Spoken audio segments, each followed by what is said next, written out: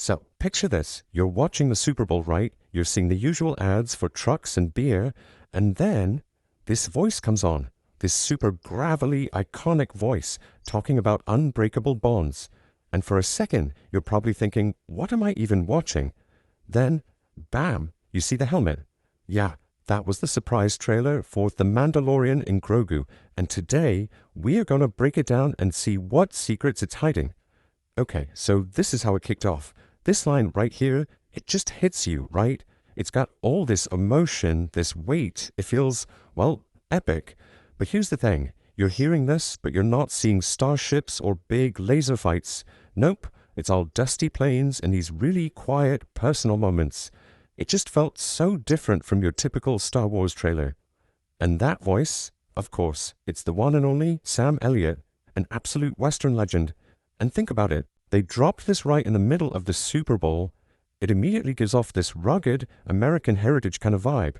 It felt so much like an ad for a pickup truck, not something from a galaxy far, far away.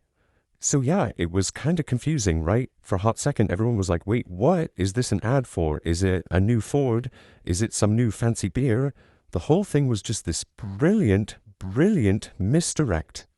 But then, you see that shine of Beskar armor. You see those little green ears pop up, and it all just clicks.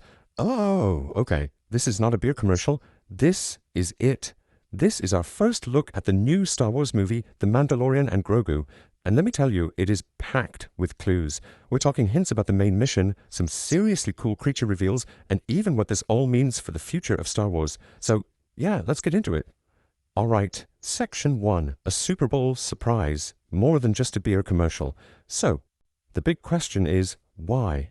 Why make a Star Wars trailer that feels like it's trying to sell you a Coors Light? Let's break down what this whole vibe is really telling us. You gotta love the writing here. It's so cheeky. The narration just leans right into the Star Wars lore with lines like this. Guided by an unseen force. Come on, that's a total wink wink, nudge nudge to the audience. We see what you did there, guys. It's super clever, very self-aware. And naturally, as soon as you hear Sam Elliott's voice on a space western, your brain immediately goes to one place. Is he going to be in it?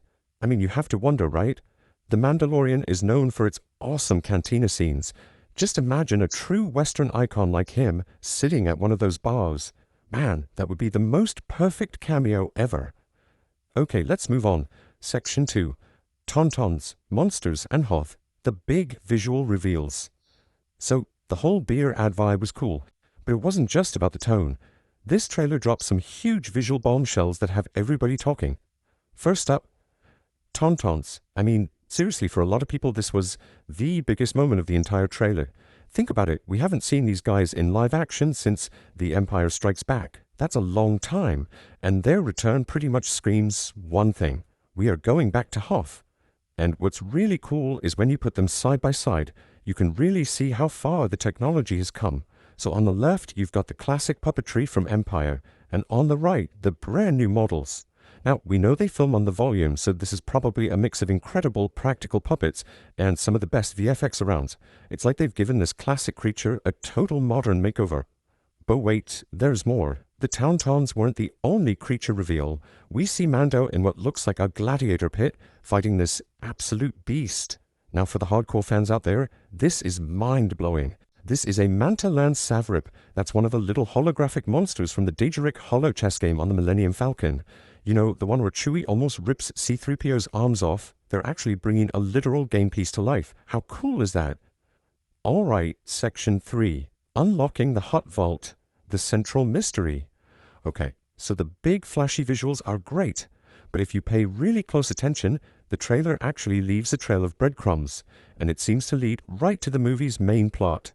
So it looks like the key player here is going to be Rotta the Hutt.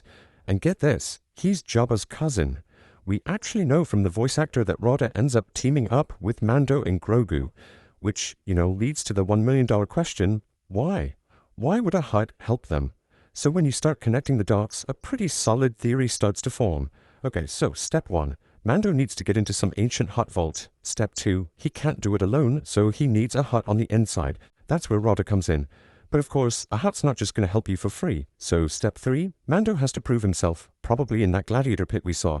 And if he wins, step 4, he earns Rotta's trust. And finally, step 5, he gets access to that family vault and whatever secret is inside. And everything about this vault just screams ancient. I mean, look at the evidence. It's being guarded by droids that look like they're straight out of the Old Republic. It's got the Desalogix clan symbol on it, that's Jabba's family sigil. And you have to remember, Hutts live for a really long time. We're talking centuries. So whatever they locked away in there could have been sealed up for hundreds, maybe even thousands of years. Okay, next up, Section 4, Easter eggs for fans, the deepest cuts. Now, aside from the main plot stuff, this trailer was just jam-packed with little nods and Easter eggs for the die-hard fans. Let's run through a few of the absolute best ones. Alright, this one is a real blink-and-you'll-miss-it moment. In one of the big cityscape shots, you can see an ad for the Halcyon. For those who don't know, that's a super meta reference to the real-life, super expensive, and now closed Star Wars hotel at Disney. It's a really fun little deep cut, maybe a little bittersweet too. Okay, this next one had a lot of fans rewinding the trailer. Mando is flying a Razor Crest again. Wait, what? We all saw his original ship get completely blown to bits back in Season 2. So this raises a massive question. Is this some kind of perfect replica he had built, or did he somehow manage to find another one just sitting around somewhere? Now this is a real deep cut, especially for you original trilogy fans. In one of those cantina brawl scenes, you can spot an updated version of an Aimer man. If you don't recognize the name, he was one of those super obscure bounty hunters just hanging out in the background of Jabba's palace in Return of the Jedi. It's just a fantastic little nod to those classic creature designs. Okay, last section. Star Wars' cinematic future, the bigger picture. So for a last point, let's zoom all the way out. What does this one movie and this one trailer really tell us about where Star Wars is heading? The first thing to get is that this movie is not a one-off, not at all. It's actually a huge piece of a much larger puzzle.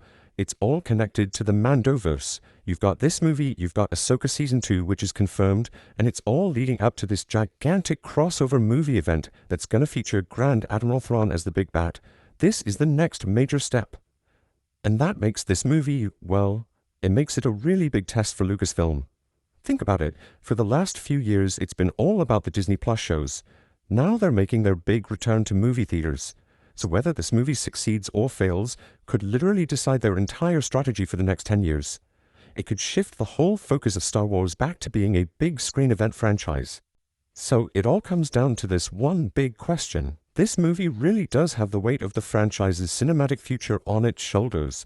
It's a massive bet. They're betting big on Mando and Grogu. So will it work? Will this be the movie that successfully kicks off a whole new era for Star Wars on the big screen? I guess you could say the whole galaxy is watching.